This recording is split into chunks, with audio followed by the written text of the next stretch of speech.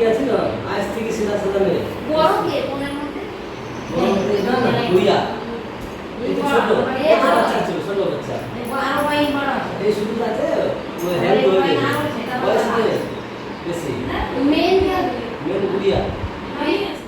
Hello everyone, welcome back to my channel রূপাইস vlog. তোমরা সবাই কেমন আছো? আশা করি ভালো আছো। আমিও ভীষণ ভালো আছি। তো ফাইনালি দেখতেই পাচ্ছ আমার বড় মেয়ে আমায় মেহেন্দি লাগাচ্ছে। কেন লাগাচ্ছে সেটা তোমাদের বলে দিই। অ্যাকচুয়ালি আমার দেওরের হচ্ছে আশীর্বাদ, যেটাকে বলা হয় সাগাই। তো তার জন্যই আর কি বিহার যেতে হবে আমাকে, মানে ভাগলপুর। ওর জন্য এবার সাগাই একটু মেহেন্দি না পড়লে কি ভালো লাগে, তাই না বলো? তো ফাইনালি কিন্তু আমি নেল এক্সটেনশন করিয়েছি। আমার নেলগুলো বড় বড় ছিল, দুঃখের বিষয় বুড়ো আঙুলের নেলটা আমার ভেঙে যায়, বাট এত বড় বড়ই হয়েছিল। ওর জন্য আমাকে নেল এক্সটেনশন করাতে হলো, নাহলে আমার যদি একটা নখ না ভাঙতো তাহলে আমি নেল আর্ট করে নিতাম আমার নিজের নেলে। এরকম আমার বড় মেয়ের নেলগুলো দেখো কত বড় বড় হয়েছে, সেম এরকমই হয়েছিল কম বেশি। তো চলো, মেহেন্দি তো রাত্রে পড়েছি, পরের দিন সকালবেলায় গাড়িটা নিয়ে বেরোতে হবে বিহার, তাই না?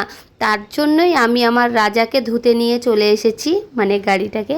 তো রোদ্দুরে দাঁড়িয়ে আছি, ভীষণ রোদ লাগছে, বাপরে বাপ। সকালবেলা উঠে চা বানিয়ে দিল মা, চাটা খেয়ে চলে আসলাম গাড়িটা ধুতে। আর এইটা আসলাম আমি, তো এটা হচ্ছে চিড়িয়ামোড়, আর এই চিড়িয়ামোড়ে মেহেন্দ্রা শোরুমের পাশেই আর কি গাড়ি ধোয়ানো হয়। আর দেখো এই কাকুটা খুব সুন্দরভাবে গাড়িটা ধুয়ে দিচ্ছে। আর সত্যি গাড়িটা খুব সুন্দর ওয়াশ করেছে, পালিশ করেছে, মানে সুন্দরভাবে গাড়িটা কিন্তু আমার ধুয়ে মুছে দিয়েছে। আর এই গাড়িটা ধুয়েও নেব, এবং গাড়িটাতে হাওয়া কতটা আছে না আছে, কারণ অনেক দূরে যেতে হবে না, তার জন্যই ভাবলাম গাড়িটা ফাইনালি ধুয়ে ধায়ে হাওয়া চেক করিয়ে তারপর গাড়িটা নিয়ে বেরোবো। তো গাড়ি ফাইনালি ধোয়ার পর চলে এসেছি, এবং আমরা রেডি হয়ে গেছি, বেরিয়ে পড়ছি উদ্দেশ্যে ভাগলপুরের দিকে রওনা দিচ্ছি। এবার বলি, ড্রাইভার কিন্তু আমি নিইনি, আমি নিজেই নিজেই ড্রাইভ করব। কারণ ড্রাইভার নিলে একটা ড্রাইভারের সিট খাবে, তাই না? আর আমি যাচ্ছি, আমার শ্বশুরমশাই যাচ্ছে, শাশুড়ি মা যাচ্ছে, তোমাদের দাদাভাই যাচ্ছে, আমার বড় মেয়ে যাচ্ছে, এবং আমার বড়দা যাচ্ছে। তাহলে এবার বলো, পেছনে থাকবে চারজনা, তারপর তোমাদের দাদাভাই, তারপর থাকবো আমি। আর তাহলে ড্রাইভার নিলে কোথায় থাকবো, তাই না? তো আশা করি ড্রাইভিং করা শিখে গেছি ভালো মতোই, তার জন্যই বিহারে যাওয়ার সাহসটাও পাচ্ছি। তো এটা আমি যাচ্ছি, এই রুটটা হচ্ছে বহরমপুরের রুট দিয়ে যাব। আর এটা কল্যাণীর নিচের হাইওয়েতে আমি তেল ভরে নিলাম। আর এই দেখো এত সুন্দর গাড়িটা ধোয়ার পর, তাই না, কিভাবে বৃষ্টি দেখো। এবার বৃষ্টি হওয়া মানে গাড়িতে কাদা লাগা, আর কাদা নোংরা হবেই। তো এত বৃষ্টি হচ্ছিল, সামনের পজিশন দেখা যাচ্ছিল না, অনেকেই দাঁড়িয়েছিল। তাই আমি ভাবলাম যে এখানে দাঁড়িয়ে দাঁড়িয়ে একটু চা খাওয়া যাক। তো তার জন্যই আর কি দাঁড়িয়ে পড়লাম সবাই মিলে, যে এবার চা খাবো। চাটা খাওয়ার পর তারপরে একটু বৃষ্টিটা কমলে রওনা দেবো, কারণ আমরা একটু লেট করেই বেরিয়েছিলাম, আমাদের একটু পার্সোনাল কাজও ছিল। সকালবেলা গাড়িটা ধুয়ে নিয়ে এসে বাড়িতে ছিলাম, তারপরে একটু তোমাদের দাদাভাই আমি একটু কাজে বেরিয়েছিলাম। সব কাজ কমপ্লিট করার পর আমরা বেরোলাম। তো রাত হয়ে গেছিলো। তো যাই হোক, তো কী হয়েছে, রাত হয়েছে তো কোনো ব্যাপার না, মানে রাত বলতে গেলে বিকেল হয়ে গেছিলো, সন্ধ্যা হয়ে গেছিলো। আর এই দেখো এখন সন্ধ্যাবেলায় প্রায়। তো আমরা চা খেয়ে নেব, বারবার বলছি চা খাবো, ততক্ষণে বৃষ্টিটা কমে যাবে। তো ফাইনালি বৃষ্টিটা কিন্তু একটু কম হয়েছে, আর এই চাটা খাওয়ার পরই আমরা রওনা দেব। তো আমি বললাম চলো কিছু আমি কিনে নিই, আমি চা খেলাম না, অ্যাসিডিটি হবে তাই। তো আমি একটু সেও ভাজা নিলাম, আর আমার গোপাল সঙ্গে থাকে, তোমরা তো ভালো করেই জানো। তো চলো বিহারের রাস্তা কিভাবে যাচ্ছি সেটা তোমাদের সঙ্গে শেয়ার করব। এটা ফারাক্কার রাস্তা দিয়ে যাচ্ছি আর কি, জিপিএস যেদিকে নিয়ে যাচ্ছে আমরা সেদিকেই যাচ্ছি। কারণ আমি এই প্রথমবার নিজে গাড়ি চালিয়ে বিহার যাচ্ছি। আর প্রথমে যাব আমরা, এটা হচ্ছে আমার দেওরের বাড়ি, মানে আমার কাকিমা শাশুড়ির বাড়ি, ওনার বাড়ি হচ্ছে সাহেবগঞ্জ। তো সেখানে প্রথমে যাব, আর তারপরে আর কি যেখানে অনুষ্ঠান হবে সেটা হচ্ছে ভাগলপুর, সেটাও তোমাদের সঙ্গে শেয়ার করব। বাট এখানে প্রত্যেকটা ভিডিও আপডেট পাবে, আর প্রায় ব্লগ আপডেট তোমরা পাবেই। অনেক কটা ভিডিও হয়ে গেছে, আর বেশি বড় করিনি, কারণ অনেক বড় হয়ে যাবে, লং ভিডিও হয়ে যাবে তোমাদের সবারই, আর দেখতে বোরিং লাগবে। ওর জন্য 7, 8, 10, 12 মিনিটের মধ্যেই আমি ভিডিও রেখেছি। তো যাই হোক, এটা দেখতেই পাচ্ছ বহরমপুর ফারাক্কা আর লাইনের এটা হচ্ছে টোল ট্যাক্স। এটা এবার টোল ট্যাক্সটা আমরা পার করব।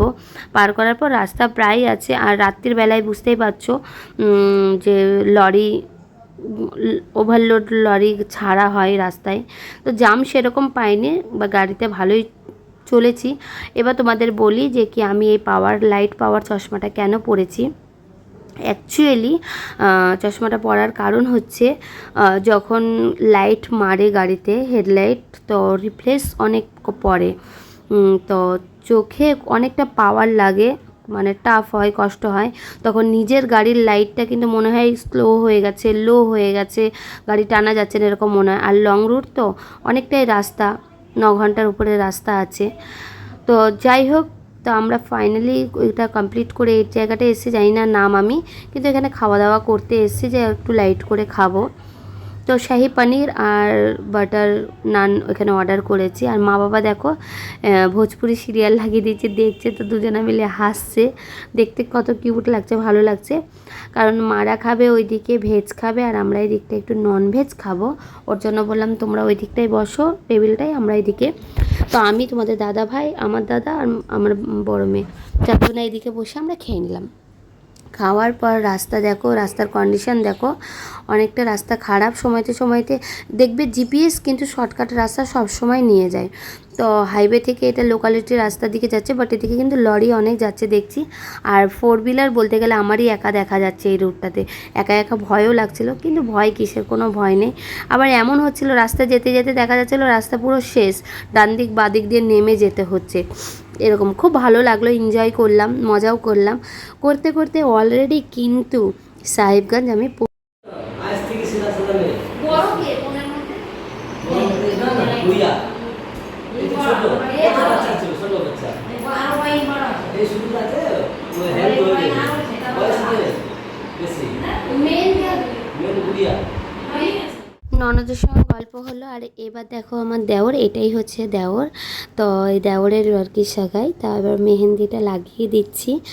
আর মেহেন্দিটা লাগানোর পর ও রেডি হবে, তারপর আমরা আগেই গাড়ি নিয়ে বেরিয়ে যাব, কারণ সাহেবগঞ্জ থেকে আমাদেরকে যেতে হবে ভাগলপুর। আর প্রায় 2 থেকে আড়াই ঘন্টা মিনিমাম, মানে 2.5 থেকে 3.5 ঘন্টা রাস্তা আছে, দূরত্ব আছে। তো সেখানেই আমরা যাব। তো আমাদের টিফিন হয়ে গেছে, তো ওকে মেহেন্দিটা পরিয়েই আমরা এখানে স্নান করব না, ওইখানে সব ব্যবস্থা আছে লজে, তো ওইখানেই আমরা রেডি হব, কারণ আবার এখানে রেডি হয়ে বেরোবো, তাই না? ওর জন্য ওরা বললো ঠিক আছে বৌদি তোমরা এগেও দাদা, আমরা আসি। তো ওরা সব কিছু নিয়ে আসবে, তো আমরা গাড়ি নিয়ে বেরিয়ে পড়েছি। আর দেখো রাস্তা দেখে একদম মন ভরে যাচ্ছে, ব্যাপক রাস্তা। কারণ পাহাড় দেখে আরও ভালো ভালো পাহাড়ের রাস্তা যে দেখতে হয়, প্রত্যেকটা ভিডিও আমার দেখো, তাহলে তোমরা বুঝতে পারবে।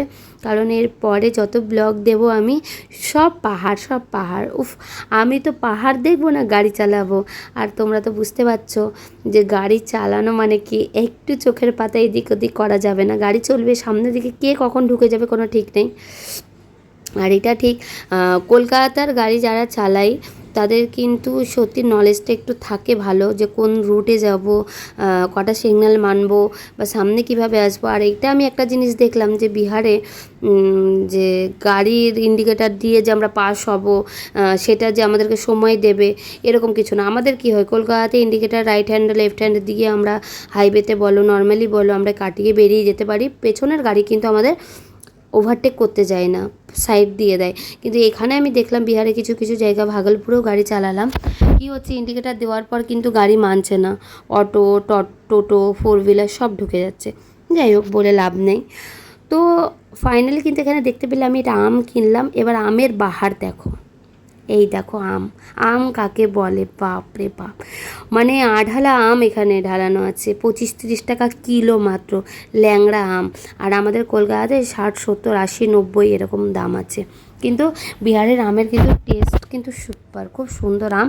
তা আমি বললাম ফাইনালি একটা খেয়েই দেখি। তো কি বলবো, অসাম লাগছিল খেতে, আর খুবই মিষ্টি আর টেস্টি, যেহেতু গাছ পাকা আম ছিল তো হেভি লাগছিল খেতে। তো এখানে একটা আমটা এবার খাবো, খাওয়ার পর তারপর আবার রওনা দেবো।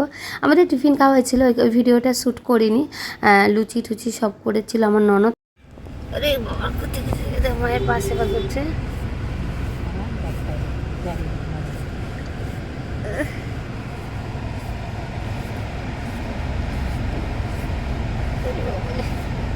আঙুলগুলো টানো,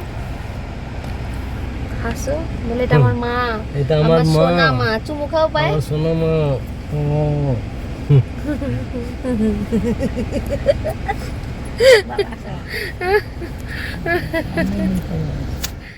আসলে দেখতে পেলে মা আসলে মানে পেছনে বসেছে তো, আর পাটা নিচে রেখেছে, পা ফুলে গেছিলো। ওর জন্য তোমাদের দাদাভাইকে বললাম একটু আঙুলগুলো টেনে দাও। আর ও তো মায়ের সেবা প্রচুর করে আর মাকে খুব ভালোবাসে, তাই আঙুলগুলো একটু টেনে দিচ্ছিলো। মায়ের এমনি পাটা ফুলে যায়, অসুবিধা হয়, যেহেতু সুগার পেশেন্ট তো খুব মানে টাফ হয়ে যায়। তো যাই হোক, এইবার দেখো রওনা দেওয়ার রাস্তাতে কি ভিড়, ভিড় কাকে বলে বাপরে বাপ, প্রচণ্ড পরিমাণে ভিড়। ভিড় ওভারটেক করে চলে আসলাম। আসার পর এখানে রেডি হলাম। এই সাগায়ের ভিডিও দেখতে হলে পরের ভিডিও তোমাদেরকে ওয়াচ করতে হবে। ভিডিও আমি এখানেই এন্ড করছি। তোমাদের ভিডিওটি কেমন লাগলো তোমরা অবশ্যই কমেন্টে জানিও। ভালো লাগলে লাইক কমেন্ট শেয়ার করো। চ্যানেলে যারা নিয়ে আছে সাবস্ক্রাইব